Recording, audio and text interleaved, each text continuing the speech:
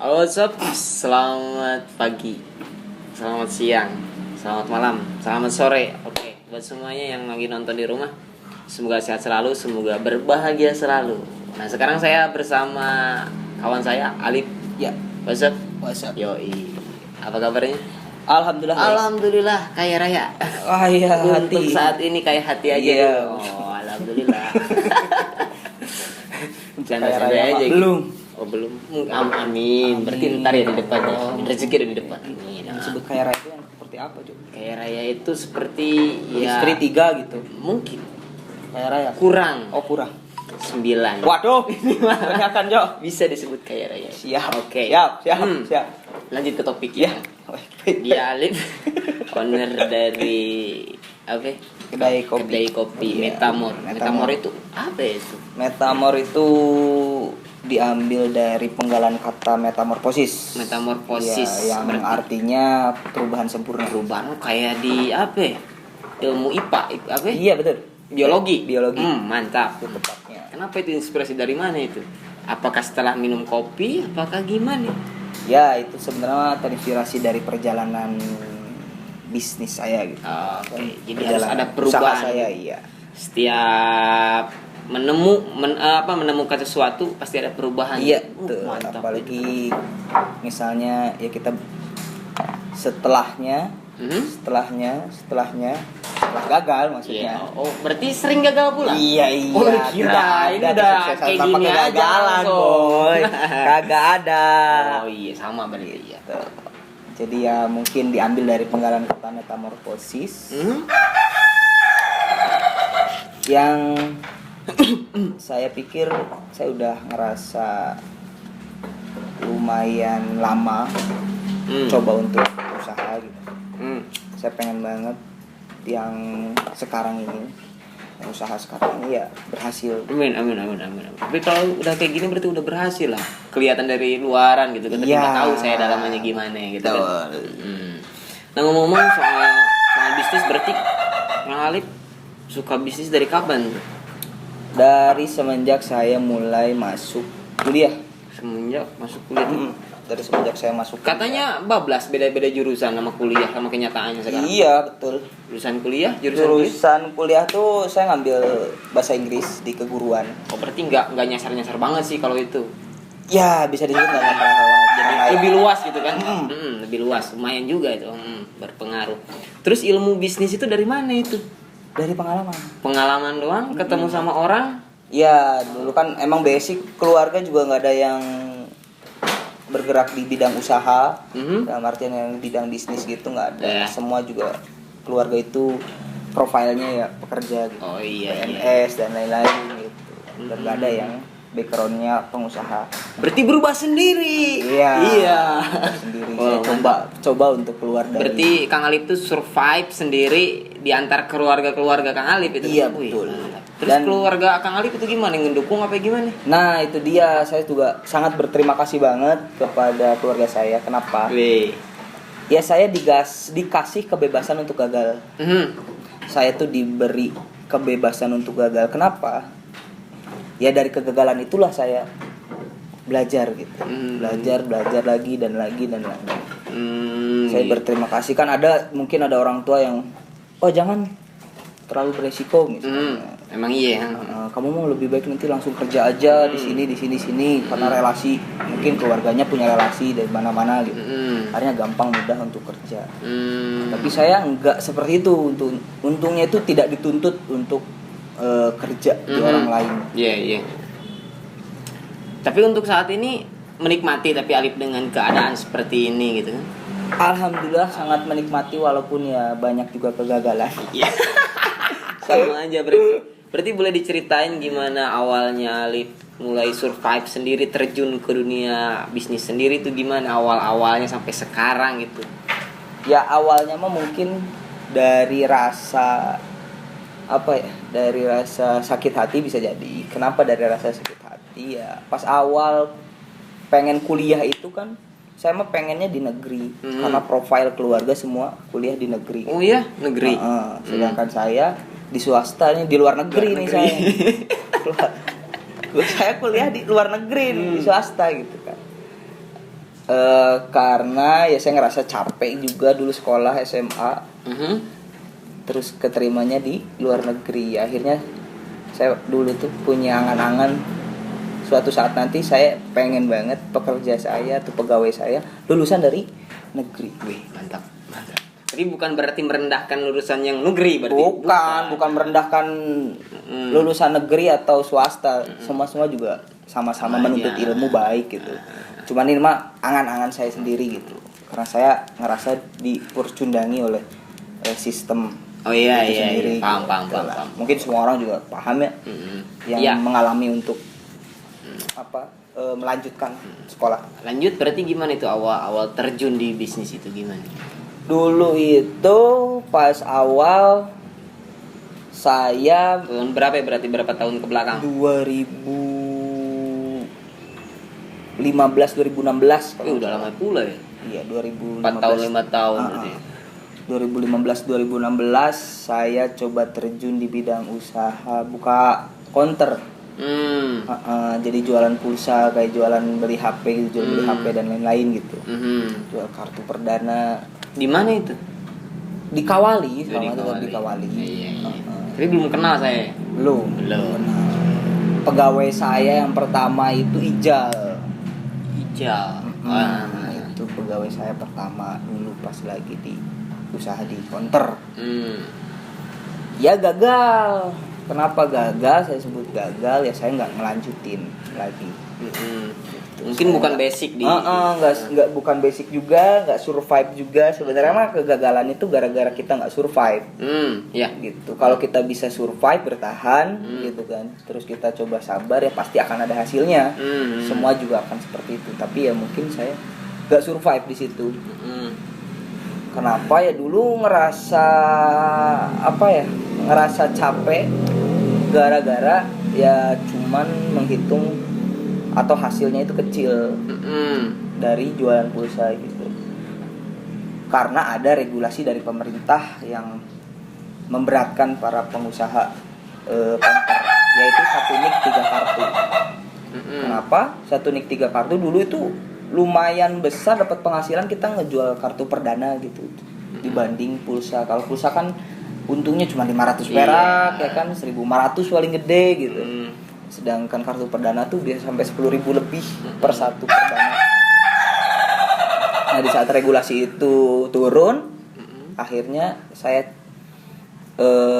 cabut semua tuh yang ada di situ, dalam artian barang beku gitu. Barang beku tuh barang yang belum terjual atau barang pemupukan yang ditumpuk. Akhirnya saya ambil, saya coba untuk taruh barang-barang itu di relasi saya gitu yang di counter. Saya nitip nih barang saya nih, saya udah selesai di counter, saya nggak dagang lagi di counter, saya nggak jualan lagi di counter. Titipin, dapat modal, ada lagi modal. Saya coba cari lagi peluang apa nih usaha yang bisa saya geluti gitu. Soalnya ketika saya megang uang, saya pikirnya waduh nih uang kalau nggak sampai dipakai buat modal atau diputerin lagi gitu kan habis. Iya. Nongkrong sana sini ya kan, belum cewek orang lain tak ajak gitu kan bingung. Ya kan bukan cewek sendiri, cewek orang lain di bawah. Kan ngabisin duit. Anjing. Ngabisin duit. Ya akhirnya Ngerasain saya. Aduh ya akhirnya saya diajak tuh satu ketika ya diajak ngopi gitu. Disangka tuh ngopi yang biasa aja kopi yang di warung-warung di Sobek 3.000-an harganya. Disangka tuh yang kayak gitu kan. First impression saya pas awal diajak ngopi itu kopinya itu 2 lemari. 2 lemari. Maksudnya gimana itu? Jadi biji kopinya itu banyak banget di toples. Di lemari itu tuh ada berapa puluh toples gitu kalau nggak salah di lemari. Akhirnya saya baca satu-satu toplesnya tuh kok ini yang satu Flores, yang ini Yellow Katura dan lain-lain beda banyak banget nama-namanya. Dan saya mulai tertarik itu.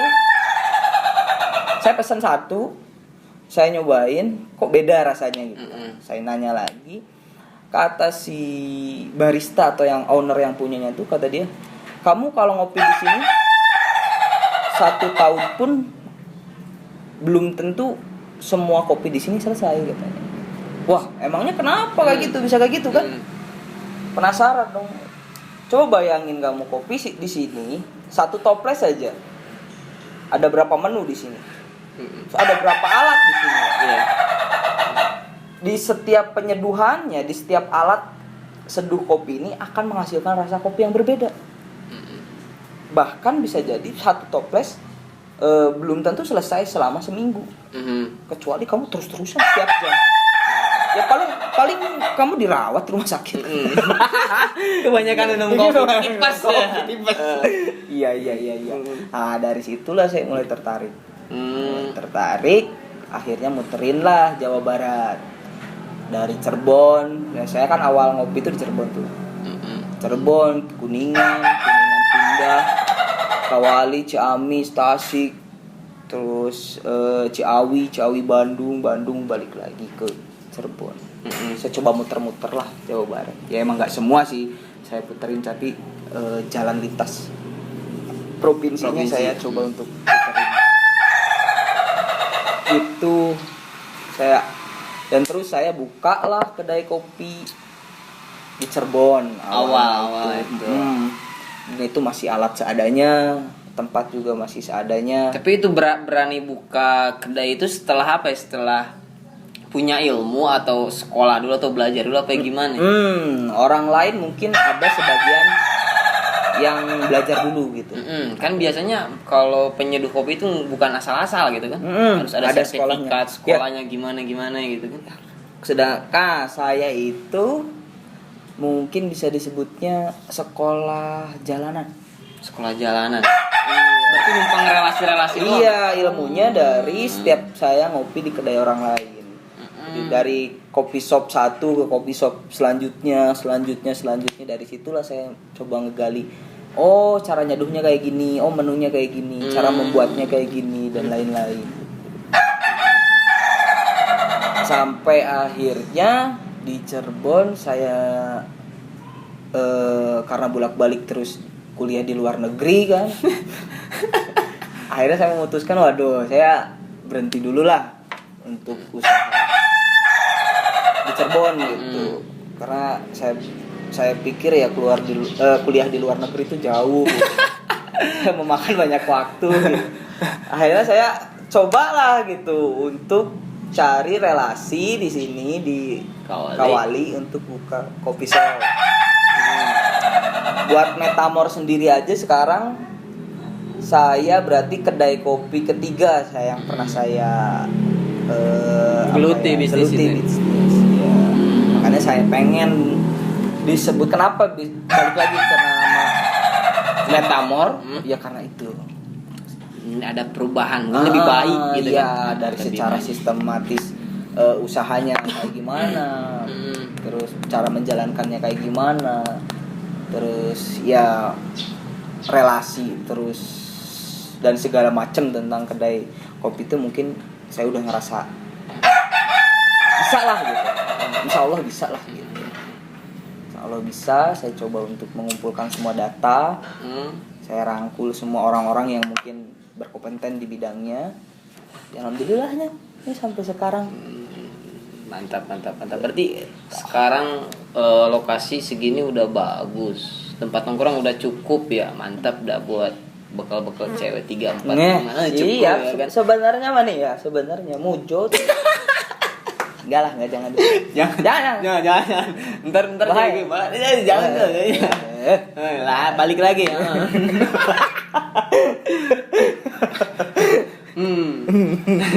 Berarti rencana ke depan sekarang kan udah ada tempat, udah ada bisnis, sudah jalan, Metamor ini udah jalan ya kan. Terus mungkin rencana ke depannya biar bisa memupuk lebih bagus, lebih maju, lebih ya istilahnya lebih jaya gitu, lebih terkenal si Metamor ini ke depan, gimana itu rencana ke depannya? Ada enggak gitu? Ya pasti semua orang kalau ditanya seperti itu pasti memiliki angan-angan dong. Ya, harapan, rencana gitu. Bahkan buat buat sifat manusia aja tuh sifatnya itu tidak pernah cukup gitu, ngerasa Tidak pernah puas. tidak pernah ngerasa puas. Emang iya. Itu sebenarnya manusia tuh memiliki sifat seperti itu gitu. Kalau buat saya sendiri ya mungkin saya pengen ke depannya pengen banget bukan hanya dikawali. Metamor tuh bukan hanya dikawali, tapi saya berangan-angan Metamor tuh ada di berbagai tempat, di berbagai kota, di berbagai penjuru dunia. Amin. Saya pengen banget seperti itu. Saya pengen coba kayak gimana sih menjalankan usaha yang baik dan benar gitu, dengan orang-orang yang memang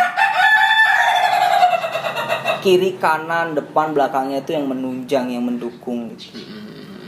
Karena kita tuh kan ya makhluk sosial juga, kita nggak bisa berdiri sendiri, kita nggak bisa ego dengan apa yang kita mau gitu, tapi kita harus dalam artian yang membutuhkan satu sama lain gitu, untuk berkembangnya si usaha itu sendiri. Berarti sekarang udah jalan, rencana udah ada buat kedepannya. Nah, buat terakhir ya, tips buat teman-teman semuanya yang nonton, yang barangkali ada minat terjun di dunia bisnis, gimana itu? Ya, Kang Alif, tips-tipsnya buat teman-teman, buat saya sendiri juga gitu kan. Tipsnya itu menurut saya itu harus bisa konsisten, harus bisa profesional, harus berani mengambil resiko. Berani ngambil resiko. Berani. Kenapa? Kalau kita misalnya nggak konsisten, banyak banget orang yang buka usaha tapi dia nggak berhasil gitu. Kenapa nggak berhasilnya? Dia nggak coba untuk konsisten secara waktu, konsisten secara misalnya profesional dan lain-lain gitu.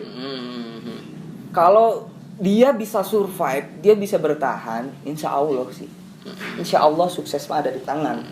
Intinya mungkin ya sabar aja, profesional, dan berani ngambil resiko. Kalau kita nggak berani ngambil resiko, ya gak bakal mungkin yang gak bakalan maju gitu. Gak bakal maju dan udah kita gak bakal di situ aja. Kita gak bakal tahu juga gitu. Kalau menurut saya tadi balik lagi ke saya berterima kasih karena saya diberi kebebasan untuk gagal. Mantap. Kalau saya nggak diberi kebebasan untuk gagal, ya saya akan kayaknya menyesali hidup ini gitu.